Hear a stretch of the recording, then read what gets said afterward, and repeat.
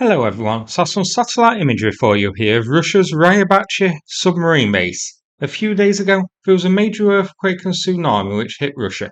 We saw videos of the tsunami hitting the town near the submarine base, which led to some speculation and hope that the base too would be hit by it and we'd see some damage. Now, the base was hit and there was some damage, but not as much as we hoped. On screen now is the base before with the key bit highlighted here.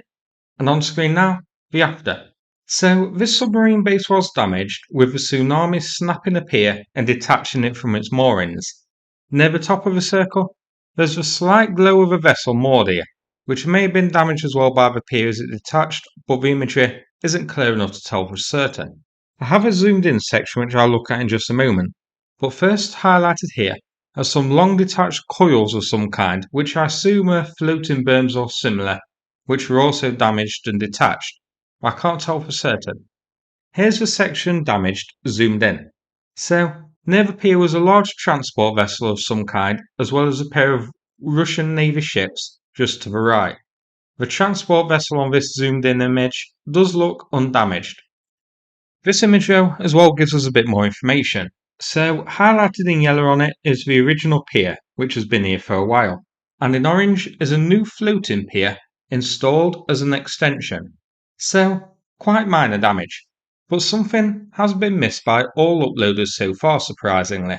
Now, no date was given for the before image, but the positions of the ships match that on the aftermath, which does suggest that it's recent. However, those ships are also in the same position on the Google Map image, which is from a couple of years ago, so I believe those vessels are inactive and have been there for a while now. However, that's not what I want to look at. I want to look at near the small military vessel and the large military vessel, which looks like a transporter. There's another floating dock of some kind or floating pier. It's an odd little extension with what looks like a small boat or something attached to it as well. That, on the aftermath, is completely gone and may very well have been completely swept away. Now, I've no idea what this is. I'd guess a type of pier extension as well, but it looks different from the ones on the left hand side, so maybe serves some other purpose. It definitely looks a bit different. Zoomed in, you can see a sort of walkway connecting to it, and in red, some sort of control area. The sides look to be elevated. I'm wondering if this is some sort of small floating dry dock. Now, I am going to rule out that this was moved prior to the tsunami hitting, because again, it is visible on the Google Maps image and looks like it is a permanent fixture of this naval base here.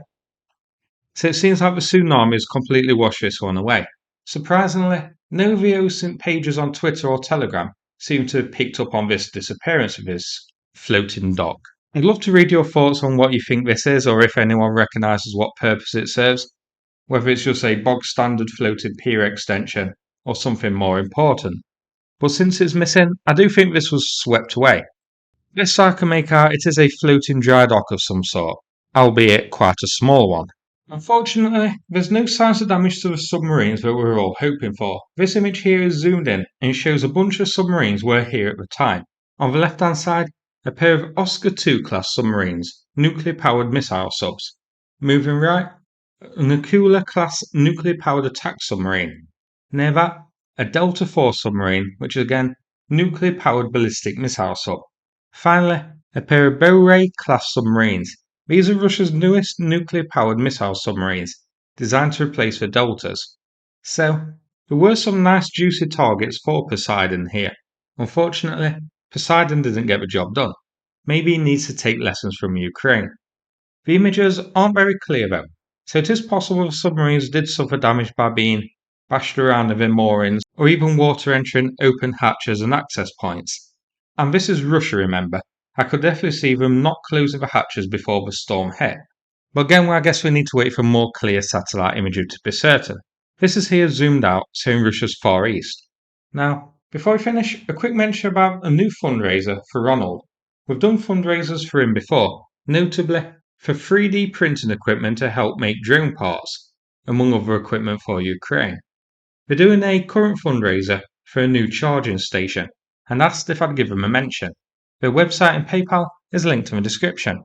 Thanks so much, and take care everybody.